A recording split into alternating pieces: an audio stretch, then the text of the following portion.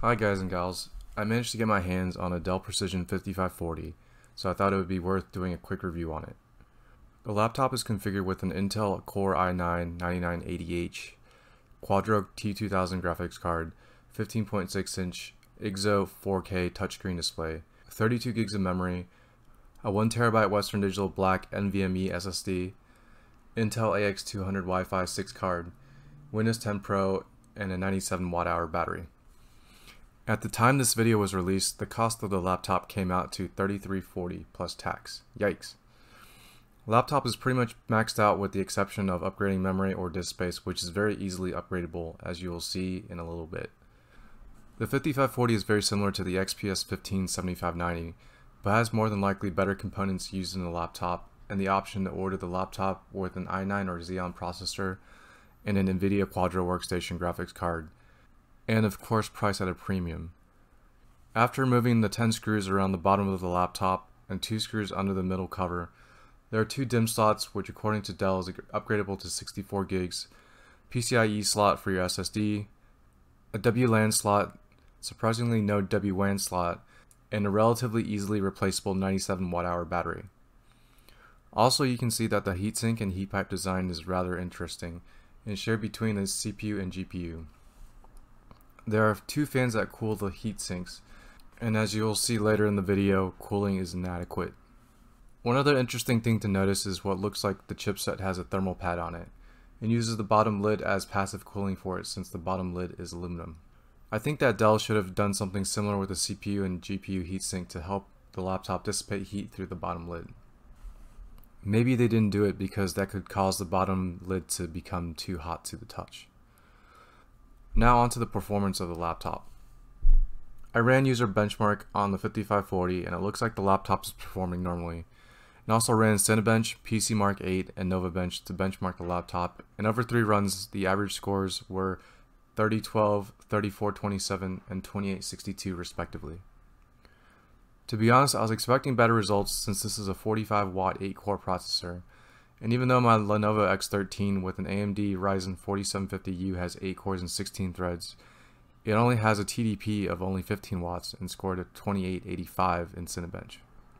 If you benchmark the same AMD processor on a laptop with a better thermal design, such as the Lenovo T14 AMD, the score ends up being the same as the 5540, and you're paying less than half the price of the laptop.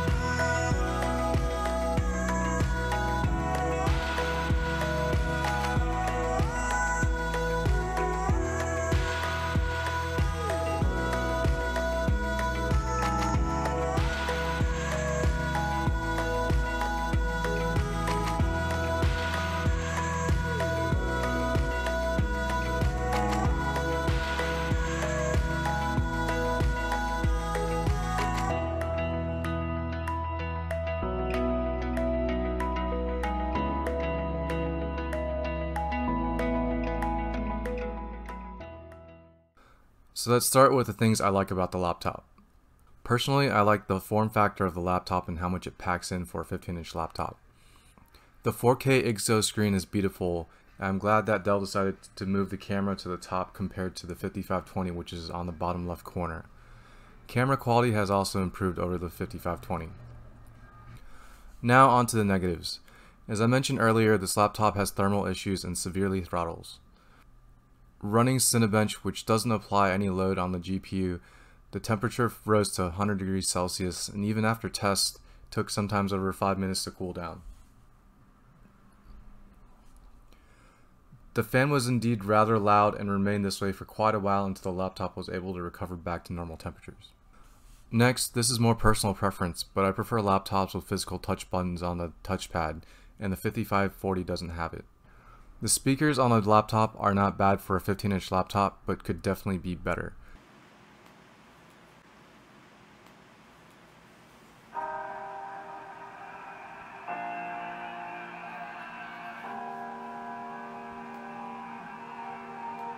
Every time we say goodbye, they all say that it's a lie. 'Cause we always give it one last try. Yeah, you've watched me break it 1,000 times. Now I'm all alone, 'cause you never show. You say you will, but then you don't. That's how it goes. You never know. I'm turning off my mind so I get by. I just wanna be happy, happy enough.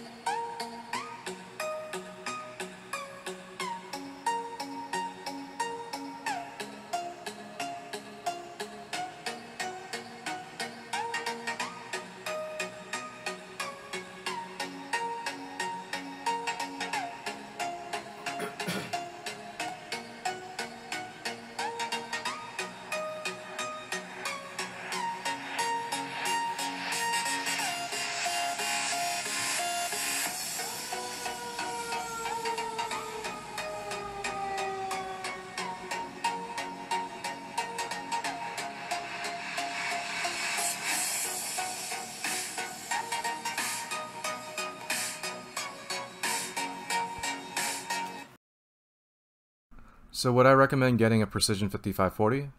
Unless there's a particular reason you need a Quadro workstation graphics card or the i9, honestly no. I would rather recommend getting an XPS 15 instead, since you won't be able to use the full performance of the i9 or Quadro T2000 graphics card.